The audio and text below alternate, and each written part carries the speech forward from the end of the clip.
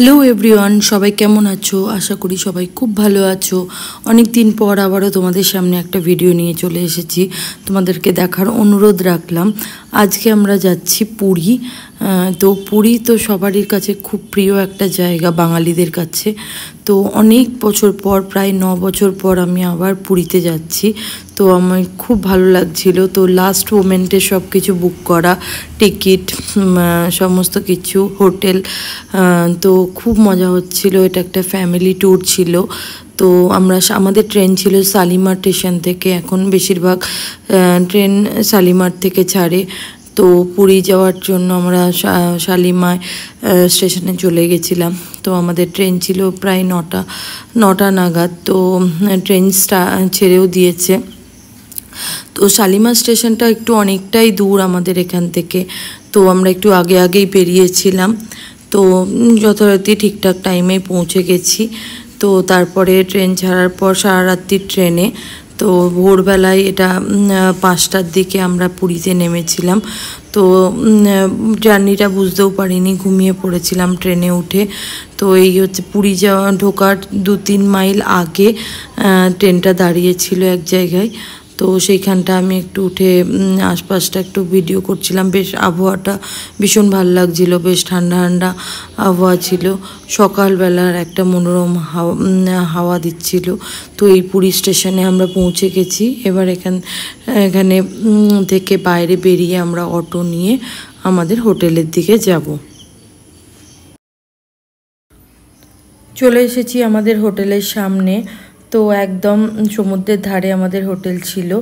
আর এই দৃশ্যটা দেখার জন্য সকলেই বসে থাকে, কখন পুরী সমুদ্রে সি বিচে যাব, বিচে বসবো।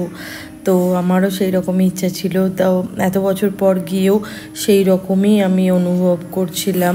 তো সেই রকমই একই আছে, কোনো রকমের চেঞ্জ কিছু হয়নি। খুব ভালো লাগছিল। আর প্রচুর বেশ ভালোই ভিড় ছিল। তো পুরীতে সবসময় এরকম ভিড় থাকে, এটা নর্মাল ব্যাপার।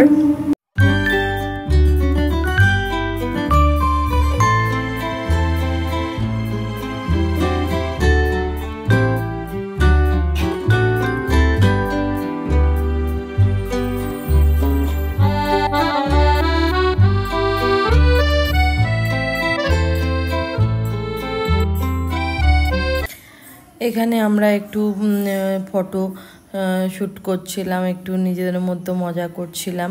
তো চানও করছিলাম তার মাঝে মাঝে। এইসব করতে গিয়েই আমরা অনেকটাই চান হয়ে গেছে ফটো তোলার এতে। তো হঠাৎ ঢেউ চলে আসছে, সেগুলো খুব এনজয় করছিলাম আমরা। তো এই প্রথম দিন এইভাবেই আমাদের কাটলো। তো সন্ধেবেলার দিকে আমরা মন্দিরে গিয়েছিলাম। মন্দির থেকে ঘুরে এসে সমুদ্রের ধারে একটু গিয়ে ভিডিও করছিলাম। তখন সমুদ্রটা অনেকটাই দূরে চলে গেছিলো, অনেকটাই। তো সেখানে রাতের সমুদ্র খুব ভালো লাগছিল দেখতে। আর সি বিচের ধারে তো অনেক দোকান আছে, সেগুলো লাইটে ঝলমল করছে। আর সমুদ্রটাও বেশ অন্ধকারে খুব ভালো লাগছে, ঢেউগুলো সাদা। তো একটু মা আর বোনকে বললাম হাত নাড়তে। তো এইভাবে আমাদের আজকের দিনটা গেল। তো পরের দিন সকাল এটা। তো সানরাইজ দেখবো বলে উঠেছিলাম, কিন্তু মেঘলা ওয়েদারে সানরাইজ আর দেখা হয়নি। তো সূর্য অনেকটাই উপরে উঠে গেছে। তো আমরা একটু ওই হাঁটতে মোহনার দিকে গিয়েছিলাম। তো ওখানে দেখি মাঝিরা, জেলেরা নৌকা করে মাছ ধরে নিয়ে এলো। তো আমরা যাওয়ার পরেই এগুলো দেখছিলাম, অনেক কটা নৌকোই আসছে জেলেরা নিয়ে। তো একটা করে সব জেলেরা নিয়ে আসছে, আর প্রচুর মাছ ধরেছে। তো সেই মাছ বিক্রিও হয়ে যাচ্ছে পুরো তাড়াতাড়ি। মানে প্রচুর লোকজন ঘিরে যাচ্ছে, তখনই তারা আসছে আর একটা দাম বলছে, তারা মাছ নিয়ে চলে যাচ্ছে। বেশ অনেক রকমের মাছ দেখলাম। তো আবার একটা সাপও নাকি উঠেছিল মাছেদের সাথে, সেই সাপটা ওরা বার করছিল। তো দেখে মানে কেমন অদ্ভুত রকমের সাপটা দেখতে। তো সেই সাপটা দেখার জন্য লোকেদের ভিড় হয়ে গেছিল। তো ওরা বারবার বলছিল সরে যান, সাপ আছে। তো যখন বার করলো তখন সবাই বিশ্বাস করলো। তো এই সাপটাকে নিয়ে জলে ফেলতে যাচ্ছে। তো দেখে কেমন একটা যেন গা শিরবিরিনি করছিল। তো জলে ফেলে দিল। তো ওই ভয় লাগছিলো ওই সময় কেউ চান করলে তার গলায় না জড়িয়ে পড়ে সাপ। তো তখন কেউ জলে ছিল না, সাপটাকে ছেড়ে দিতে সে জলে আবার ভেসে চলে গেল।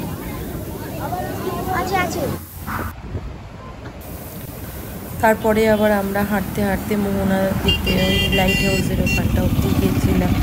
তো ভালোই লাগছিলো সকালবেলা হাঁটতে। তো সমুদ্রের ধার দিয়ে পরিবেশটাও খুব ভালো লাগছিলো।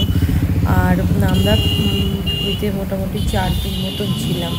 তো খুব ভালো লেগেছে, খুব ভালোভাবে ঘুরেছি, আনন্দ হয়েছে। সূর্য অনেকটাই ওপরে উঠে গেছে, আজকে অতটা মেঘলা ছিল না, কিন্তু তবুও ঘোলাটে ঘোলাটে মতন। ওয়েদার খুব খারাপ ছিল না। কলকাতায় তো ভীষণ গরম ছিল সেই সময়, পুরীতে অত গরম লাগেনি।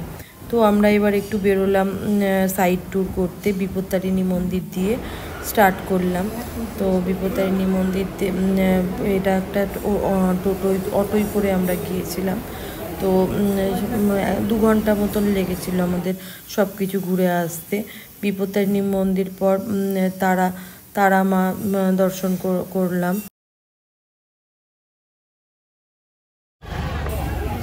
তারপরে চলে গেলাম আমরা গুপ্ত বৃন্দাবন। তো গুপ্ত বৃন্দাবন বেশ সুন্দর, এগুলো আমি প্রথম গেলাম, এইসব জায়গায় আগে যাইনি। তো বেশ ভালো সুন্দর সাজিয়েছে। তো এখন বেশ ভিড়ও আছে, ওখানে ভোগেরও ব্যবস্থা আছে, যারা ইচ্ছুক তারা ভোগের জন্য নাম লিখিয়ে ভোগও পেতে পারেন। তো ঢুকতেই এরকম সুন্দর করে সাজানো আর স্ট্যাচু করে রাখা আছে।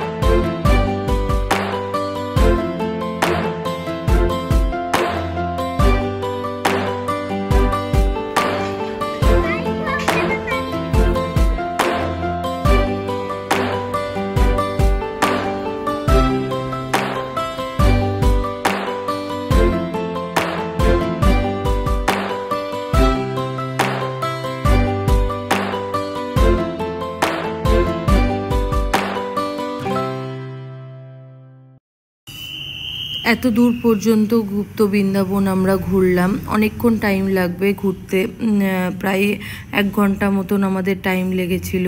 তো এরকম স্ট্যাচু করে সমস্ত কিছু বোঝানো আছে আমাদের পৌরাণিক কাহিনী।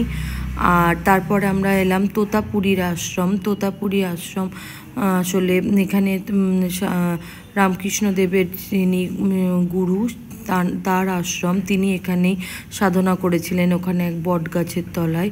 ইনি সেই তোতাপুরী। তো ওনার নাম অনুসারেই এই আশ্রমের নাম হয়েছে তোতাপুরী আশ্রম। এই আশ্রমটাও ভীষণ শান্ত পরিবেশে, ভীষণ শান্তি লাগছিল বসে। তো আমাদের খুবই ভালো লাগলো জায়গাটা ঘুরে, এত শান্ত আর নিরিবিলি, আর প্রচণ্ড হাওয়া দিচ্ছিল, ভীষণ ভালো লাগছিল এখানটায়। এইগুলো আমরা সবই একটা অটো ভাড়া করে ঘুরেছি। তো অটো 500 থেকে 600 টাকার মধ্যে নিয়ে এগুলো ঘুরিয়ে দেয়। 1-1.5 ঘন্টা থেকে 2 ঘন্টার মধ্যে অনায়াসে এগুলো ঘোরা হয়ে যায়। খুব একটা দূরে না, পুরী থেকে ভীষণই কাছে। তো ভীষণ ভালো লাগলো ঘুরে। তো এবার আমরা এলাম ওঙ্কারেশ্বর মন্দির। পুরীতেই ওঙ্কারেশ্বর মন্দির রয়েছে, 108টা শিব আছে এখানে।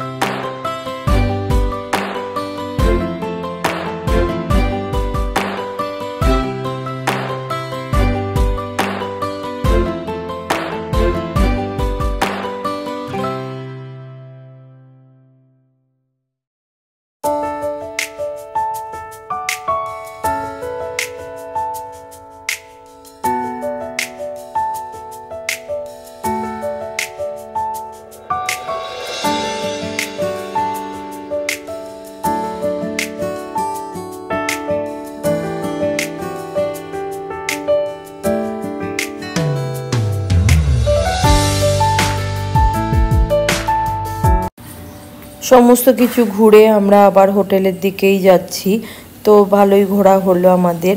তো শুনলাম পুরীতে এয়ারপোর্ট হচ্ছে, তো খুব ভালো এটা একটা খবর। অনেকেই ট্রেনের টিকিট বুক করার সময় থাকে না, যারা হুট করে ঠিক করে যাওয়া, তো তাদের পক্ষে খুবই সুবিধে হলো ট্রেনের টিকিট বুক করে যাওয়ার থেকে প্লেনের টিকিট বুক করে যাওয়াটা। তো অনেক কম সময়েও চলে যেতে পারবে। তো অনেক ভালো এটা খবর একটা। তো এটা হচ্ছে আমাদের 4 নম্বর দিন। এই দিনই আমাদের রাত্রিরে ট্রেন ছিল। তো সকালের দিকে আমরা মর্নিং ওয়াকে বেরিয়েছিলাম। তো সেই দিন আমরা গিয়েছিলাম মন্দিরের দিকে, তখন গিয়ে সানরাইজও হয়ে গেছে। ওই মেঘলা মেঘলা ওয়েদারই ছিল। তো একটু গরম ছিল সেই দিনটা, অন্য দিনের তুলনায় সেই দিনটা একটু গরম লাগছিল আমাদের সকলের। তো এবার আমরা ওই মন্দিরের দিকে যাব বলে স্বর্গদ্বারের ওই রাস্তা ধরে আমরা হেঁটে মন্দিরের দিকে যাচ্ছিলাম।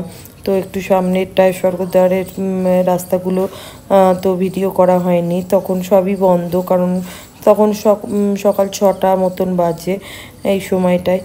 আর মন্দির তো বেশি দূরে না, হেঁটে যেতে বেশিক্ষণ লাগেও না, 15-20 মিনিটের মধ্যে আমরা স্বর্গদ্বারের রাস্তা ধরে আমরা মন্দিরে গিয়ে পৌঁছোই। তো মন্দিরে গিয়ে গিয়ে দেখি বেশ লাইন আছে। তো আমাদের হঠাৎ করেই মন হলো ঠাকুর দর্শন করার জন্য, একবার যাওয়া যেতে পারে ভেতরে। তো আবার সঙ্গে মোবাইল নিয়ে গেছি, সেগুলো আবার রাখার ব্যাপার আছে। তো যাই হোক, সামনে একটা দোকানে মন্দিরের সামনেই আর কি মোবাইলের দোকানে মোবাইল রেখে, জুতো রেখে আমরা মন্দিরে ঠাকুর দর্শন করলাম। প্রায় 2 ঘন্টা মতো টাইম লাগলো। আর এই বাইরে থেকে তোমাদের জগন্নাথ দর্শন করে দিলাম। আজকের ভিডিওটা আমি এখানেই শেষ করছি। জয় জগন্নাথ বলে সবাই ভালো থেকো, সুস্থ থেকো। কেমন লাগলো অবশ্যই জানিও। জয় জগন্নাথ।